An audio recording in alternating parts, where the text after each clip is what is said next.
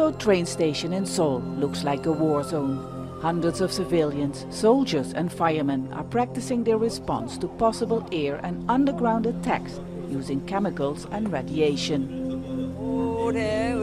This year's drill in Suso Station as a part of the Ulchi exercise is very significant because the situation is grave due to North Korea's frequent missile launches and nuclear tests causing a concern over the safety of South Korean people. These emergency drills have become common for many in South Korea, so the authorities have expanded them to increase awareness of the growing threat. This is just a scenario of what could happen in case of an attack, but in recent months a situation like this has become scarily real. A small but growing number of South Koreans have been hoarding up on food stocks, a sign that the security situation has become more unpredictable. Seoul's metropolitan area of 25 million people is well within range of North Korea's artillery. But instead of leaving their cars and run for cover during the drills, people kept driving as usual. I think we should conduct the civil air defense drill more frequently.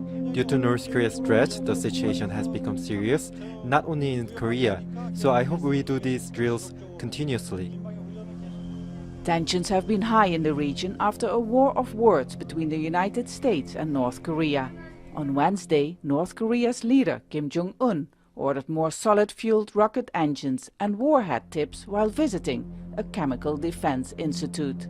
A move many here say shows North Korea wants to speed up the development of its intercontinental ballistic missiles, despite a reconciliatory tone coming from the United States.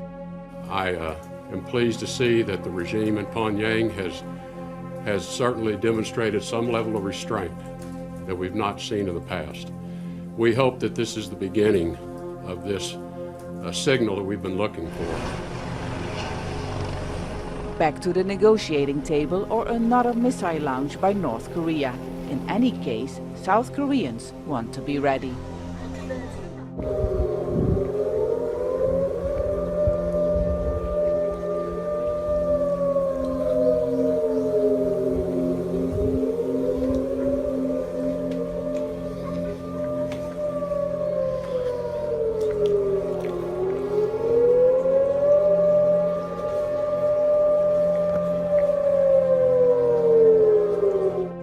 A joint press conference by key U.S. military officials took place on Tuesday.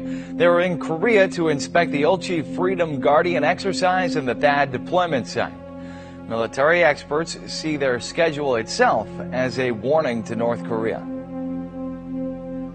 The press conference was held at the Patriot unit inside the U.S. Osan Air Base. By selecting the latest PAC-3 intercept missiles as the background for the press conference, the top U.S. military leaders in effect demonstrated their strong resolve to deter any missile provocation from North Korea. We are taking it seriously and we are taking steps to, again, plan, design, build, and test mitigation against that threat. After the press conference, the military leaders flew to the THAAD base in Seongju by helicopter to inspect the placement of launch pads and encourage the troops there.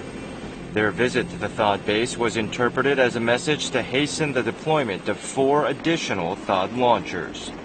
We have had 15 tests of THAAD. We've had 15 successes. I'm confident in our ability to destroy any missiles that come into our defended area. They also watched the UFG joint exercise from an underground bunker of the ROK U.S. Combined Forces and inspected the Allied forces' response readiness in case of war. The top leaders' unprecedented visit to Korea and subsequent activities are seen as a strong warning to North Korea not to commence any further provocations.